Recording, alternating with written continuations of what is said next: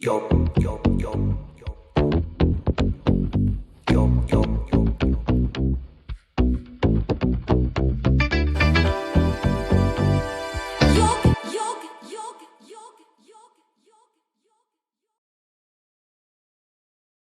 Good morning, Daniel Postaer. This is Summer with OG Yoke podcast, and I have my guest host, Amy Tu, who is one of the founders of OG Yoke. Daniel Postaer. Yay! We have you. I always clap for my guests. Okay, let's start as a photographer. When you started as art as a child, what did you pick up first? I mean, I took school art classes just like all of us, and I painted and I drew, but I never was very good at either one of those things. I took a ceramics class at freshman year of high school, and then there was a gap of time where I didn't do any art, actually. Why was that? I was pursuing other things. I was trying to figure out my career, make a living. But then slowly through the years, I began to really appreciate photography. I went to some shows through the years of pictures that were quite influential. And I always had like a little pocket camera, but not till I resigned from my former career in 2012 did I buy my first real camera, and that's when this journey began. Did you, prior to, I mean, you went to college at USC, right? I What did did. you study in college to get you into the sports marketing business, or was it just kind of how you fell into it? The honest answer is nothing. Well, I was a double major in international relations and political science. Wow. My father wanted me to go to law school. Of course. As I'm looking at all these law books surrounding us. But that didn't happen. I think I studied for the LSAT for a month and said, I'm probably not cut out for this. So I had a few different lives even before I went to China. I worked for a music production company in New York City. We were creating sound branding for brands during the .com era. And then I worked for a coffee roasting factory outside of Zurich for a year. Like doing marketing, branding? I was Okay. running the international marketing for them, which included me going to Brazil for about a month with a small pocket camera to learn about where coffee came from the tree. And I photographed what I saw, and that lived on the website for a long time. So that was like my first photography project before I that was the really a genesis? photographer. I loved seeing the world through a camera. And it probably planted a seed in the beginning of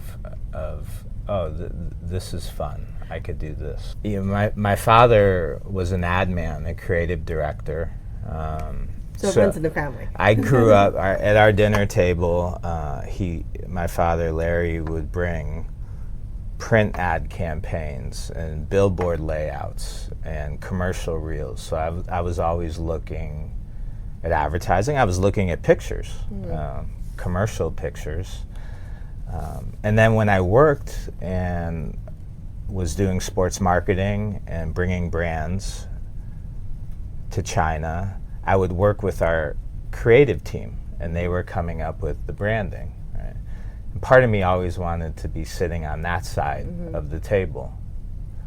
But I was the creative side. account guy, working with clients, making sure they were happy, and building the business. And ultimately, the realization was that I wasn't creating anything. and it was frankly eating away at my soul.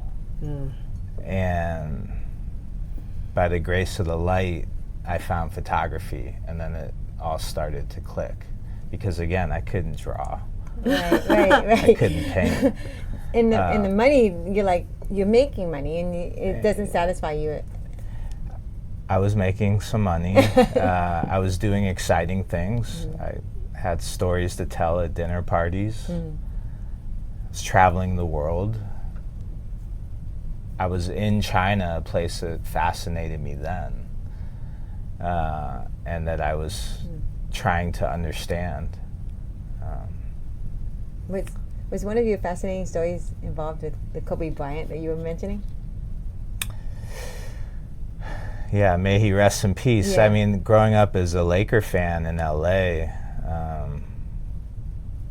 when Kobe Bryant came into the league as a 17-year-old, and we're almost the same age. And he was one of the first high school players that really was able to make the jump. And it was quite surreal the first time he arrived in Shanghai. We picked him up on the tarmac. A couple hours later, we had 5,000 kids waiting in this crazy event site that we set up, and I'm backstage with Kobe telling him what the next 36 hours were going to look like.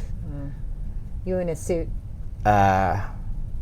Maybe I was in Nike gear. Okay, sorry. Right? Yeah. Yeah, well, that was one of the perks of the job too, right? But I had a moment with him backstage, and I tried to be, the business guy, the director, but I had one of these star-struck moments, and I said, Kobe, I have to tell you, I'm a diehard Laker fan, and I grew up rooting for you, and it's quite surreal to be here with you right now. But Kobe was amazing. He was very committed to the China market. One thing I loved about Kobe versus other athletes that we would bring in, many of them wanted to order the cheeseburger from room service.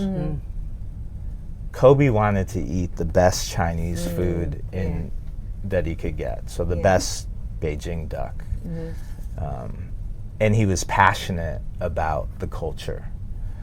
And the kids loved him. He gave more than we asked him to give.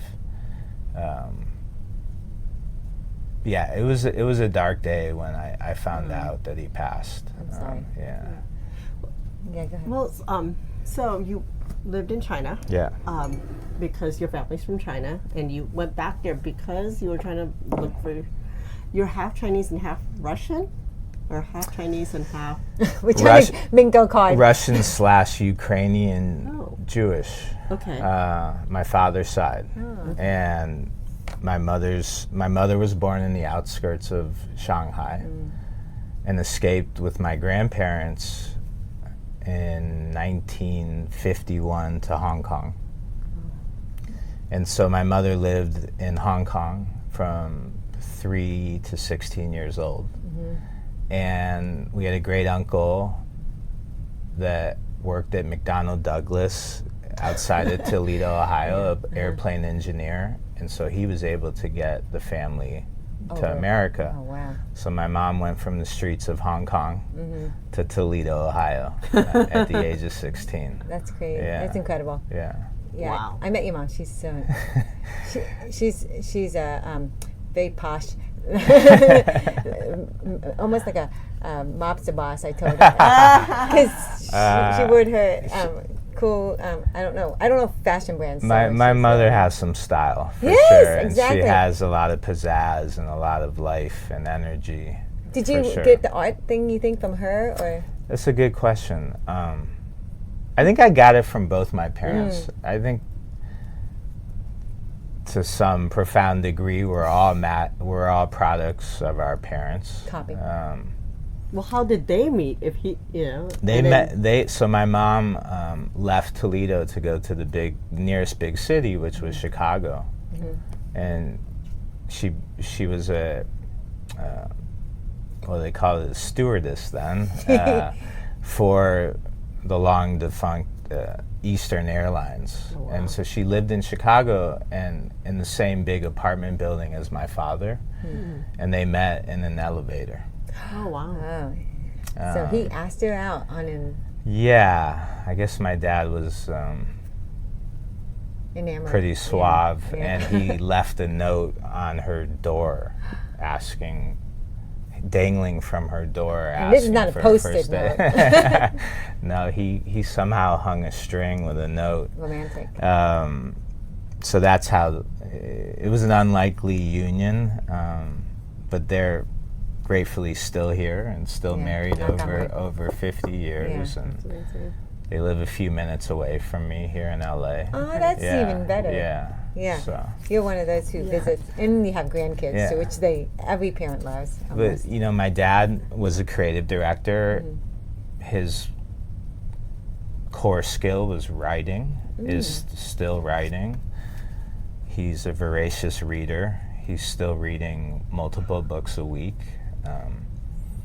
and has always had an eye. And I grew up around art. We used to go to museums all the time. We had paintings hanging all over our house. And my mother was never formally an interior decorator, but she has that eye. A lot of people, Yeah. can have art without even practicing Yeah, it. and my mom would often change the design and setup of multiple rooms in our house all the time, looking for that perfect form. So I do think I have traits from both of them. My dad also, I'd say he's a realist, so he looks at the world that way. And so I do think my photographs are a blend of the two of I them. do see that, the realist part, Yeah. and I'm glad you segued here Yeah. to your. This is the photo book, which we will add to the episode of Daniel Lee Postaer's photograph book. His first one, by the way, and. I wanted to ask Yeah. you more questions about this. So you finished, and you were like, "I give up. I do not want to do marketing, international sports marketing anymore. Forget all the stars and celebrities." Then, did you move back here, or did you stay? And then, when did you start doing this photography of this? So I resigned in January 2012, and then I was doing consulting for about half a year / soul searching. And I took a night class at UCLA, extension class in photography. Recently was reunited with my teacher, Rachel. That's another story. But I loved it, and then I went down to San Miguel de Allende to help my friend who had a large golf course construction company, and I was doing marketing stuff for him. And while I was there, I saw this retreat center, and it was called Life Path, and I met some extraordinary, wise, mostly women there, and I had some of my early photographs. And after spending about a week there, I came to something in my belly and my soul that I wanted to really pursue photography. So I started to look at master programs in photography, mostly in California, and one of the last schools still accepting applications in July, which is when I was down in Mexico, was the San Francisco Art Institute,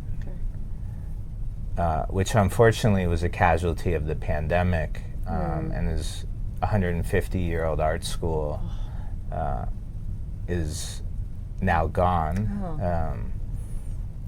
Hopefully it'll be reincarnated in some way. So I think it's interesting you go into school, and then when did you find like you like this type of large format photography? That's very. I mean, I think they call. I don't remember what they call it, but you kind of focus down on it. So like looking for rooftops, right? That's kind of, when did you feel like this is your jam versus, you know, how taking just pictures, blurring the background or people or. That's a good question. When I was living in New York and my first career in music, I saw a retrospective at the New York MoMA, Andreas Gursky. And Gursky, I didn't know that at the time, but he was merging multiple pictures into Photoshop and producing these really giant prints of the world. And that show was very influential for me. It was seared into my mind and soul. And so when I started making pictures, I was dreaming of making large color prints of the world. And it shows in your book, because your book, it's not just multiple photos. Each one has a dedicated space. It's large. And you have to pull it up and you have to open it wide. So it's a very thoughtful format. A lot of contrast. I shoot with a wide-angle lens. And so with the wide-angle lens, you're taking in often many elements of the world at once. People ask me often what my subject is, and the answer is time. I'm interested in the pause. A camera can pause time, unlike any other instrument we've ever seen. And I've tried to lean into the power of the pause, that photographic moment. Well, you film. I'm sorry. You photograph people. I so do. when you do the people that I've seen you do, nobody jumped you at all after that, or do you run? Oh, I don't. If you look at them. No, I know, but you're capturing a moment, right? And the moment is not structured. So you never had to run fast after that? I'm often waiting in a scene that I've found. Yes. And subjects are walking into the scene. So I'm actually there before they arrive. And you sit there for how long to get that? It varies per photograph. Some it's multiple hours. You know, some happen relatively quickly.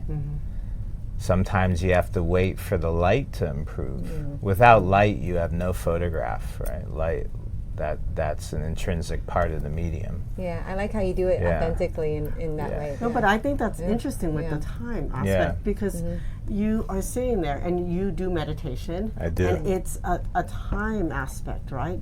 It's not only a meditative, you're taking the time to capture inside and outside. Yeah.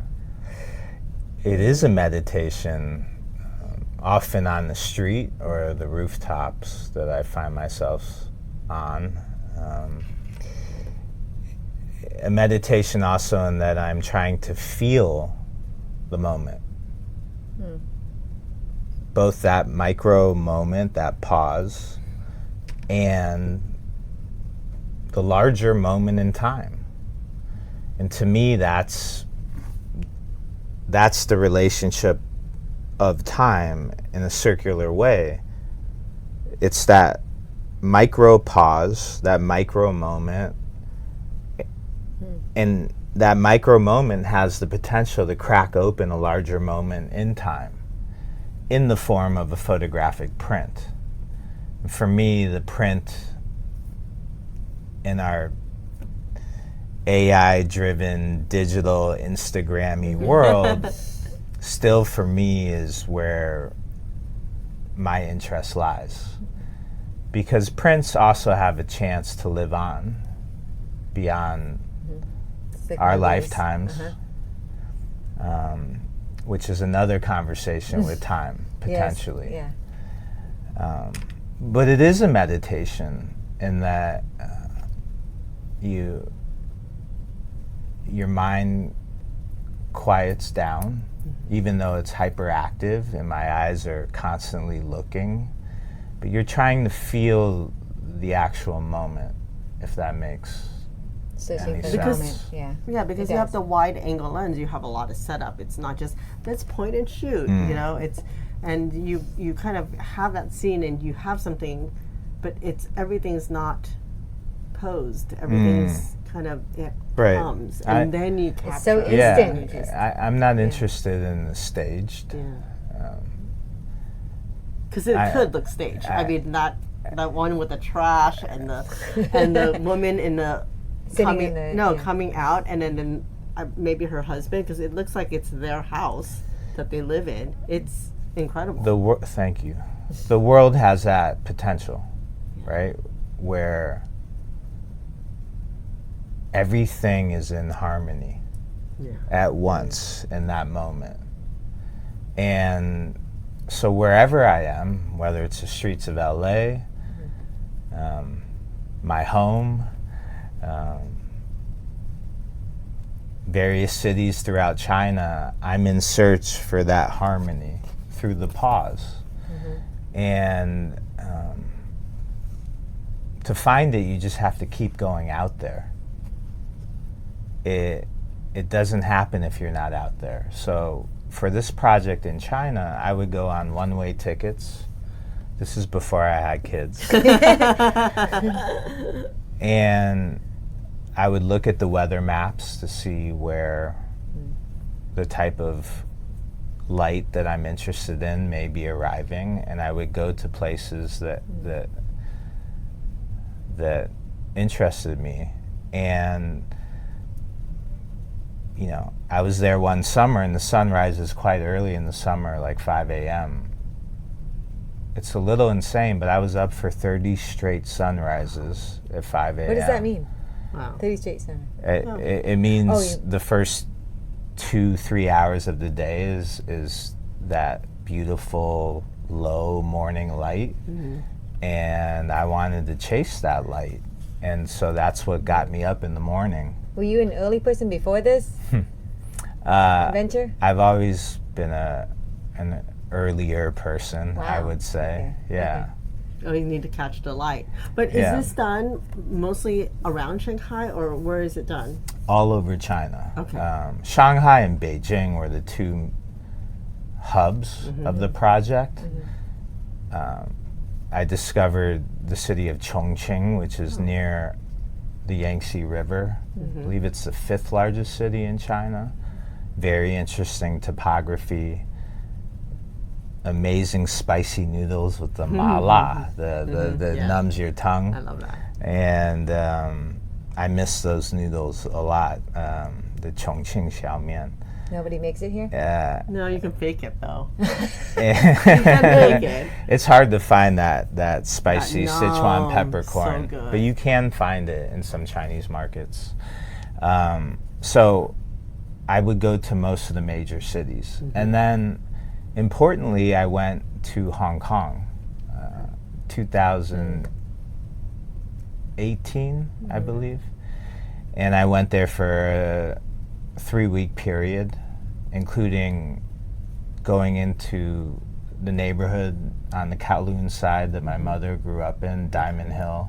There's a picture from that neighborhood that you saw in the show. And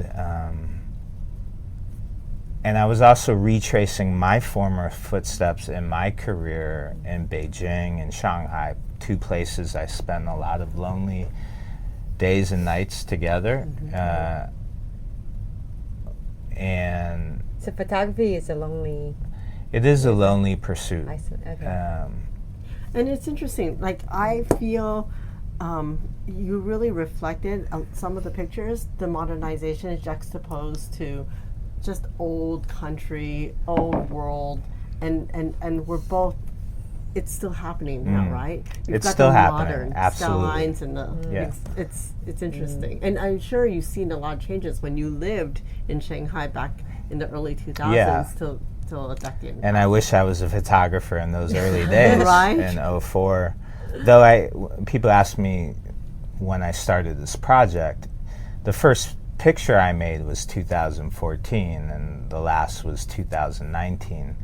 But I feel like I began that project in 2004 when I moved to Shanghai, Yeah.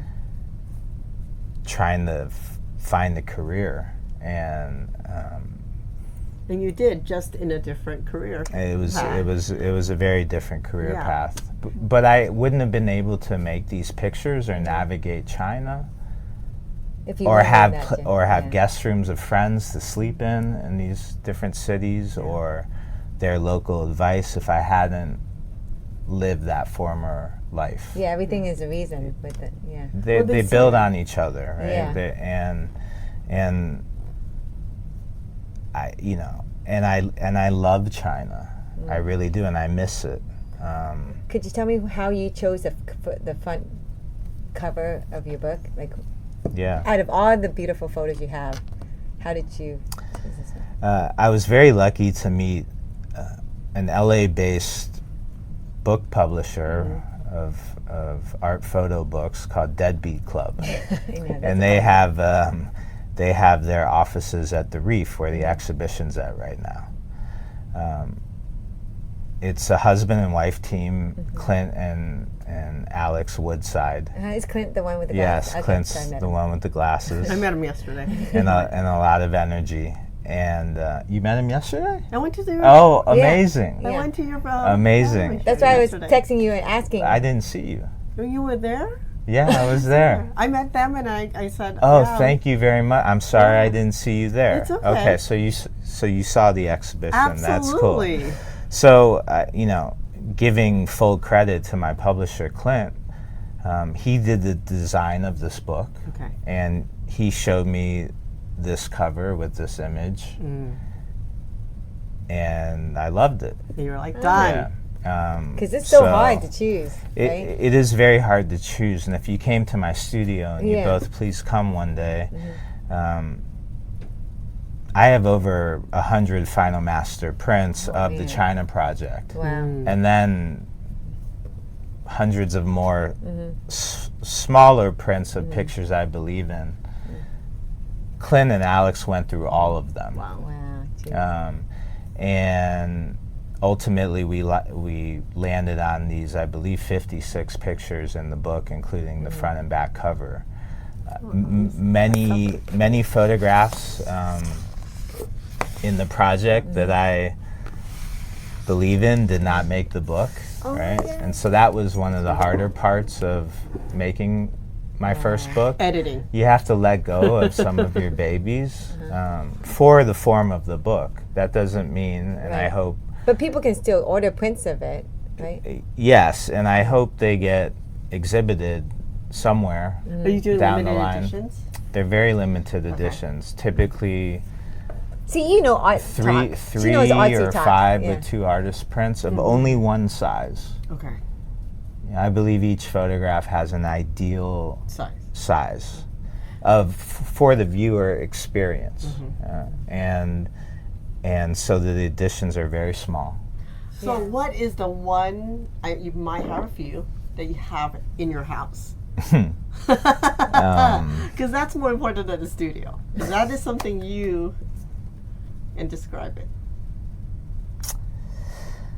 Actually, the pictures I have in my house are ones that were framed for former shows, like a couple from the show I had at Pier 24 in San Francisco, which is now gone, but it was once the largest space for fine art photography in the world.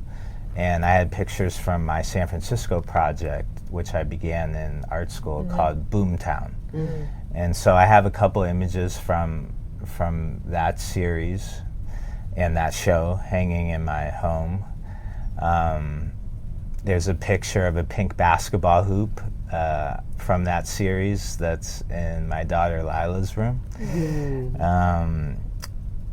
and some other random pictures. I don't believe I have a photograph of China from this project in my home. However, my mother and father do. And they have a handful of them in their house. It's kind of embarrassing, but it's also pretty cool. No, it's to not have there. embarrassing. No, that's pride. They have pride. Most of the time, people never see the prints that I make. But like the show you saw, it was cool this last 4-day weekend to share the work with people who have never seen my work and could stand in front of those prints and experience them their own way. And to me, that's the power of art. Yes. To leave the work open enough so it's not didactic, so that the viewer, based upon your own life experience, can have your own relationship with what you're seeing and create your own narrative of what you're seeing. Yeah. And I do believe, I'm sorry, go ahead. No, I'm just saying, especially when I haven't been to China. Yeah. So that's fascinating to me to watch your work and your prints. And hopefully it's a window to China, right, that you haven't seen before. I saw an exhibition in New York, pictures of New York City, mostly. It was at the San Francisco Museum of Modern Art. One of my idols in the medium, Gary Winogrand. I saw it my first year of grad school, so it must have been 2012-13. Hundreds of prints on the wall of mostly New York City. And I left that exhibition feeling like I could smell and taste New York City in the 1960s. Wow. And that really influenced me. Yeah. My hope is that photographs can potentially make you understand a place far more than picking up a text and reading about it, because we're all visual people, right? It does feed the imagination. Along with questions, right? I believe the most interesting photographs create questions that you maybe never can answer. Right. They're open-ended questions. There's enough clues of the real world that we're seeing, but questions remain. And that's also another part of the openness, of leaving it open. Stay tuned for the next episode. Pop the yolk and spread the love. Yolk is back.